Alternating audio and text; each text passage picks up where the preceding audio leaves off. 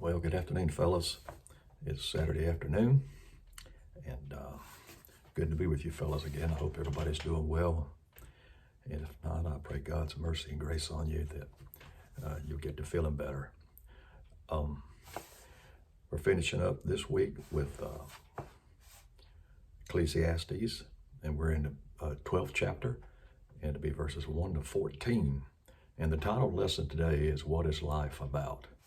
And we've talked about in the past, death and how to deal with situations and things and all. And it all comes down to what this sentence says. And Solomon's trying to get to people and getting us to understand that if we do it God's way and use godly wisdom in our lives, not when we get on up in our 20s and 30s, but when we're small. And this sentence says, the wise person fears and obeys God. And that says a lot, doesn't it? And we've been talking about that over the last few lessons, about fearing and obeying God. And the only way we can do that is by doing it His way, by doing it God's way. And Solomon plainly puts it out here. And he'll tell us what, if we do it that way, do it God's way, what the benefits are, and if we don't do it God's way, what the consequence, because we've already discussed, and we've talked about this many times, our actions do have consequences. It's not just for our children, it's for us as grown-ups as well. All over, and anybody in between. You can't just live life not thinking there's going to be any consequences about your actions. And may not be immediate consequences, but you know as well as I do, but there will be consequences. But I want to go ahead and read these first 14 verses. This is in Ecclesiastes, chapter 12, verses 1 to 14. Now listen along as I read. This is very interesting. Verse 1, so remember your Creator in the days of your youth, before the days of adversity come and the years approach when you will say, I have no delight in them, before the sun and the light are darkened, and the moon and the stars and the clouds return after the rain. On the day when the guardians of the house tremble and the strong men stoop, the women who grind grain cease because they are few. And the ones who watch through the windows see dimly. The doors of the street are shut while the sound of the mill fades. When one rises at the sound of a bird, and all the daughters of song grow faint. Also they are afraid of heights and dangers on the road. The almond tree blossoms, the grasshopper loses its spring, and the caperberry has no effect, for the mere mortal is headed to his eternal home, and mourners will walk around in the street. Before the silver cord is snapped, and the gold bow is broken, and the jar is shattered at the spring, and the wheel is broken into the well. And the dust returns to the earth as it once was, and the spirit returns to God who gave it. Absolute futility, says the teacher. Everything is futile. Okay, verse 9. In addition to the teacher being a wise man, he constantly taught the people knowledge. He weighed, explored, and arranged many proverbs. The teacher sought to find delightful sayings and write words of truth accurately. The sayings of the wise are like cattle prods, and those from masters of collections are like firmly embedded nails. The sayings are given by one shepherd. Verse 12. But beyond these, my son, be warned. There is no end to the making of many books, and much study wearies the body. When all has been heard, the conclusion of the matter is this: fear God and keep His commands, because this is for all humanity. For God will bring every act to judgment, including every hidden thing, whether good or evil. This is not stuff we haven't heard before, isn't it? But I think it's always good, we've talked about this before, that we can go over these things, hearing them over and over again, kind of gets embedded in our memory bank, doesn't it? And you remember these things. But it's just very, very interesting what Solomon has to say here. And it talks at the outset about, you read biographies, autobiographies, it tells about people's experiences, how they, their ups and downs, and things that happened in their life that that impacted the decisions they made, and Maybe in some of these books we've seen, we've discovered wisdom, and it helps us with life and gives us perspective.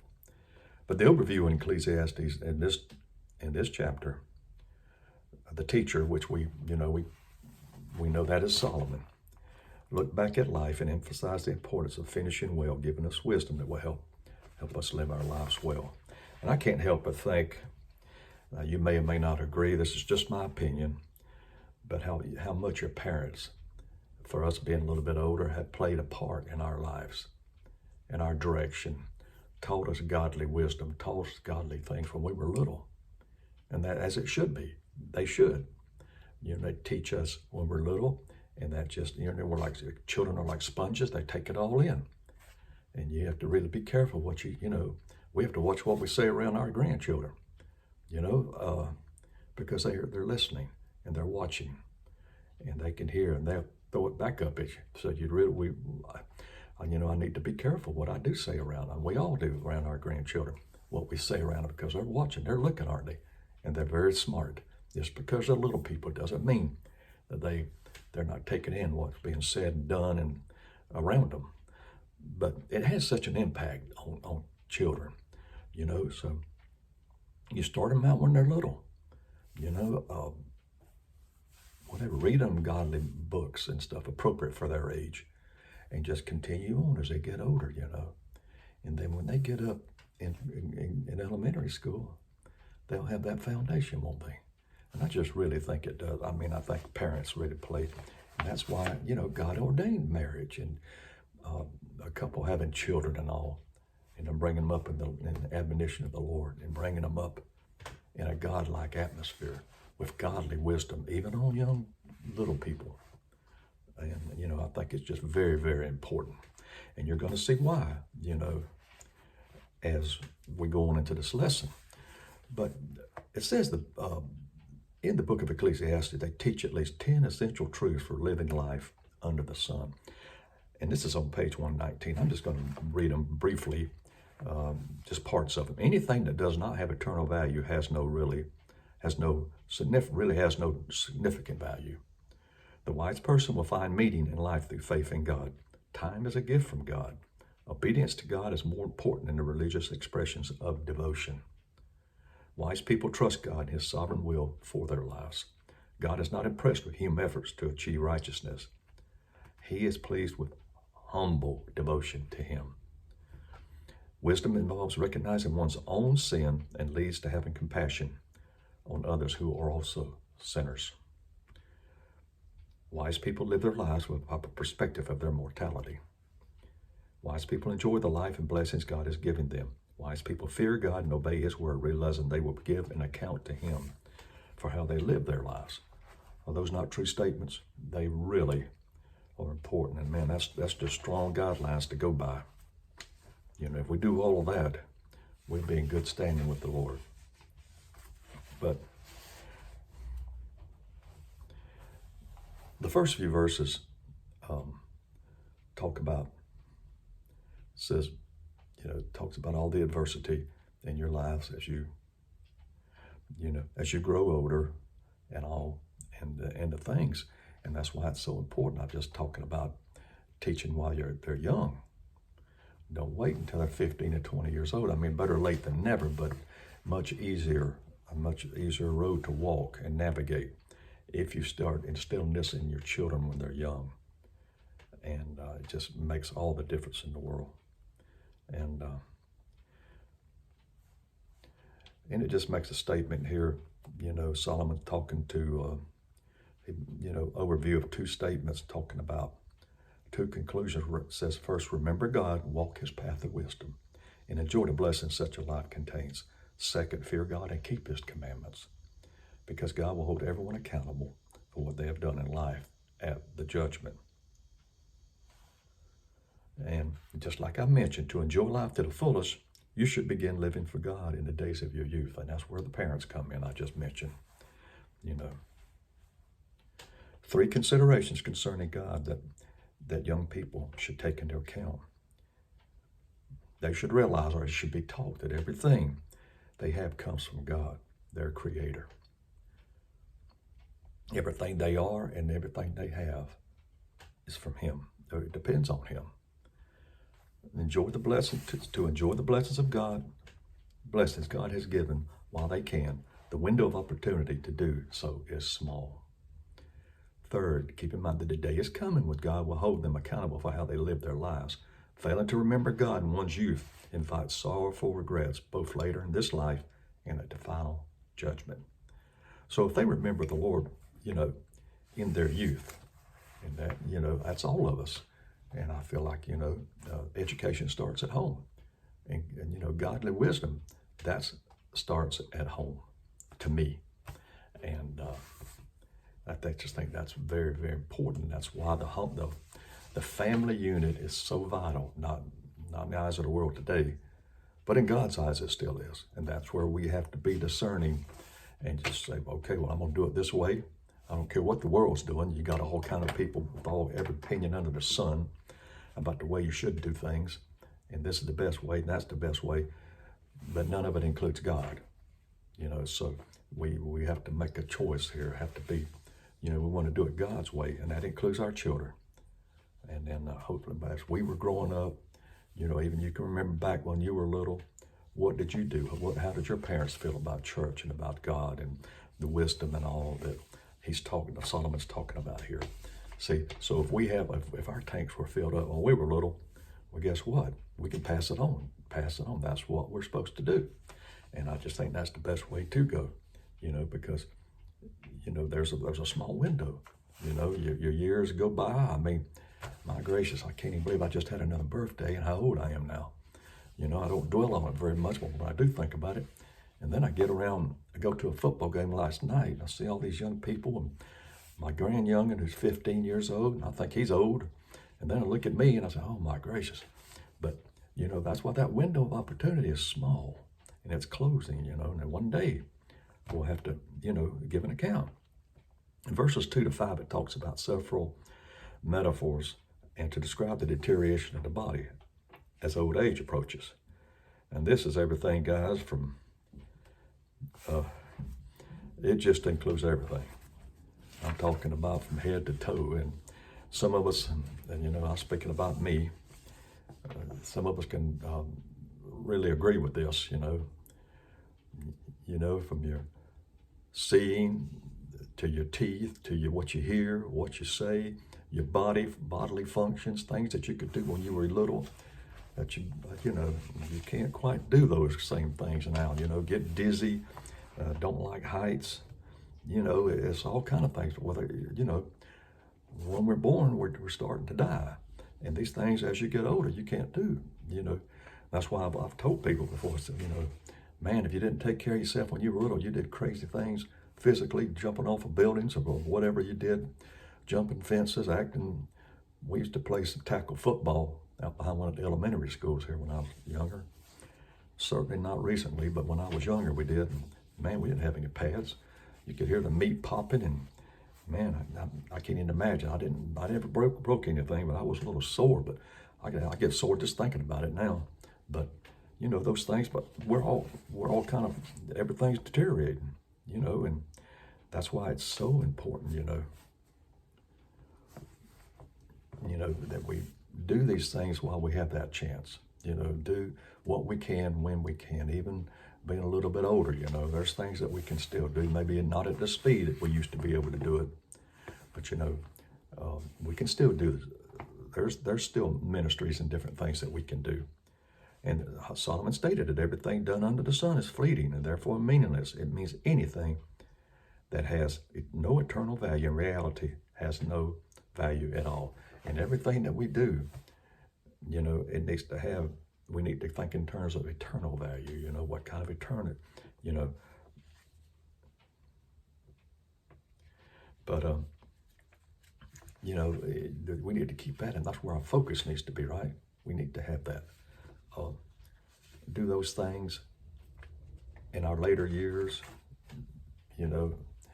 or even coming up to this point. Don't just start now, but, do what we can for God's ministry, for God's kingdom, and like I said, we're all falling apart, I guess you could say, some more than others, but you know, there's still things that we can do.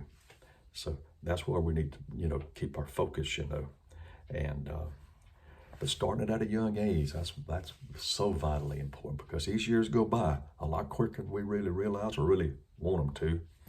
But you know, and we're just, you know, our body's going to deteriorate, like I mentioned. But it's just a fact. That's just what's going to happen. But verses 9 and 11 talk about, you know, how shepherds used to prod their herds to make them go in a different direction, you know, and there was some kind of pain inflicted, you know.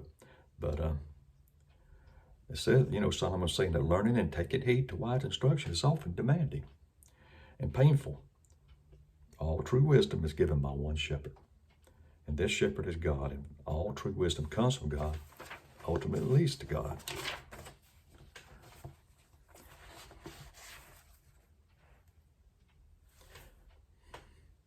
It says, you know, in the last verses, verse 12, you know, he warned people, and this is a good warning for us too, you know, to beware of being overzealous and all fired up in pursuit of learning just for the sake of learning, just for the sake of, well, I've done all of this, you know. Look at, we talked about that before. Look at all the titles I've got behind my name. Look at where I am. Look at what I've done, you know.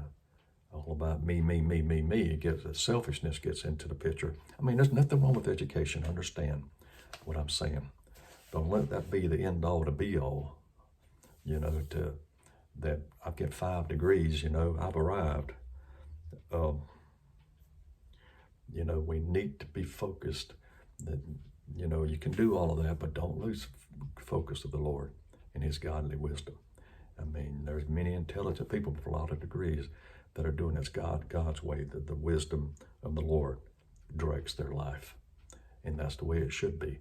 But don't let that be that pursuit of learning. Says it's, you know, Solomon says it's the pursuit of it is a self-centered waste of one's energy that produces arrogance. You know, in some cases it does. You know people that are like that. You know, we have all kind of false teachers that think they know everything. And we have to be careful about that. That's where that discernment we've talked about over lessons has come into play. We have to make those decisions, don't we? That godly, and with godly wisdom Solomon's talking about, we can make those decisions, can't we? That really are spot on, that will help us when we get in that fork in the road and we have to make a decision. Well, do I do this or do I do that? Because these false teachers, guys, they're everywhere. They can really, I mean, they're pretty convincing, aren't they? But we have to be strong, don't we? We have to be discerning. We have to say, no, that's not what God would want. That's not the way I'm going to go for myself or my family and my children or my grandchildren. We have to be careful. You know, these people are looking for the latest and the greatest new ideas. And, you know, they're constantly looking for new truth because they refuse to recognize the truth of God or to accept it. And they're around too, aren't they? They don't want to believe the truth of the Lord. If it's not in their hand where they can see it, they don't have trust and faith in the Lord and what He's done for us and who He is. In verses 13 and 14, it says, everything the teacher Solomon has written leads to this conclusion. Life has meaning only when lived in a right relationship with God. In an Old Testament language, this is the expression, fear God and keep His commands. And, you know, I think people just have a misconception of that. You don't have to be scared to death. We've talked about that before. Just do what He says. Just listen and do His commandments. He's put some parameters out there, some boundaries, and that's what the commandments are, the 10 commandments. You know, fear God, just love and respect Him and just adore Him for what He's done for us. And He's done a lot, hasn't He? There's no way we can ever repay Him. It says, verse 14 provides the reason why all of humanity should fear God and keep His commandments. All people will stand before God in judgment to give an account of what they've done with their lives. Every hidden thing, every good thing, and every sinful thing will be laid bear. It's for this reason that we should live, above reproach, or, uh, with God's wisdom and God's direction in mind. Because, there will be consequences for every decision we make. We have made or we are making. Every thought, every word, every deed.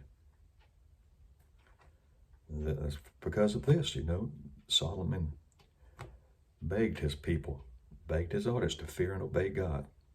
It's the only way to be prepared for the final judgment.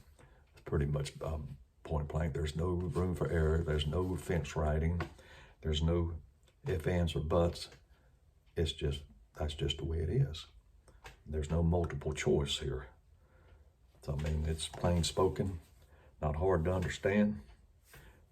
But that's all we have to do, and it's not things that we haven't heard before. But we can finish well by continuing to focus on God as we age. Believers can pass on to others the truth and wisdom they have gained. And that includes our children and, of course, our grandchildren. We're ready to go on to the next generation. Purpose in life is found through fearing and obeying God. And we all know, guys, and we've talked about that, how we can still live and enjoy this, this brief stopover, not our permanent home, but a temporary place we're passing through, and pile up those things that we've done for God, not bragging about ourselves, but just do things with the church and our whatever ministry, and doing it God's way, and not for selfish reasons, but for God. You're doing it all for the Lord. And he's taken note of all of this, and he, and at the final judgment, we won't want to hear those words. Good, well done, my good and faithful servant. That's what we want. And that's what we have to look forward to by doing this God's way. And it's not, I think, enjoy life, within the boundaries of doing it God's way. And you can still enjoy life. There's nothing wrong with, and I've seen it over the years, having great times with godly people, laughing and cutting up, but doing it God's way, being a testimony to somebody that may not be doing it God's way, but, we're being an influence. People are watching. We've talked about that before. So let's just be mindful of this, be encouraged by these thoughts and all, guys, with Solomon and all this godly wisdom, and just enjoy life, enjoy your families, enjoy our church family. But anyway, talking about prayer request, there's just so many things to pray for, so many people hurting, there's just a lot going on, isn't there? But let's remember our class and each one of you guys, and whatever's going on in your lives. If there's something medical, I pray God's mercy and grace on you, that he'll help you to feel better. If there's anybody in your family hurting or sick, I pray God will just help them to recover and feel better. Now let's remember our church family and leadership of our church. So many sick people in our church. Some have sicknesses other than the virus. We cannot ever forget there's other sicknesses going on, not just the virus. So let's all be mindful of that. And let's be mindful of those people at our home, all the health caregivers, the doctors and the nurses and all. And to pray and lift up our church staff. I know they have a tremendous responsibility on them, and I can't even imagine the emotional roller coaster of things up and down, and like this virus. Just remember our country, the country of Haiti, trying to recover from the flooding in Tennessee, the situation in Afghanistan, our country, the storm that's fixing to hit Louisiana. Fellas, there's just a lot going on, isn't it? Pray for our government, and let's just pray for each other. Let's have a word of prayer before we close. Lord, thank you for this day. Thank you for your word. Thank you for our class. I pray, Father, that you'll just bless each man, their families and all, and I pray that they're well, and if not, that you'll just intervene and comfort and encourage and lift up and wrap your arms around them and just be with them, Father. We miss meeting with each other, but Father, just thank you for this opportunity we have to get together like this, and I pray that you continue to bless our church, the staff, that you would just encourage them and strengthen them that they have to make difficult decisions. Be with our church family, those that are sick, going through difficult times, that you'll minister their needs, all of our friends and all, and our country and Haiti and the people in Tennessee that lost everything in the flooding, Afghanistan, and just the people along the Louisiana coast that are Texas coast that are bracing for this upcoming storm, that you just be with them, Father. Just comfort and encourage and help them to make decisions to that'll get them out of harm's way. Thank you for who you are, what you mean to us, what you did for us. And thank you for first loving us. Be with our class, be with our church. In your name I pray, amen. Guys, thank you again. And one other thing, if you don't mind, I know Amy called the church and this was on Derwin's email, but we have a niece, Ashley Crosby Alderman. If you could just remember her in prayer. She's in the hospital in Brunswick. That's Amy's brother's daughter. It's our niece. Remember her in prayer. She has COVID and she's sick in the hospital, but she's stabilized right now, but you don't ever know which way this stuff's gonna go. But she's not on the vent, but they're trying to take all the precautions to help her. So if you could just remember her name is Ashley Crosby Alderman. I sure would appreciate it. Guys, take care. It's been good to be with you once again, and I hope to talk to you soon. If you need anything, just give me a shout. Take care, guys.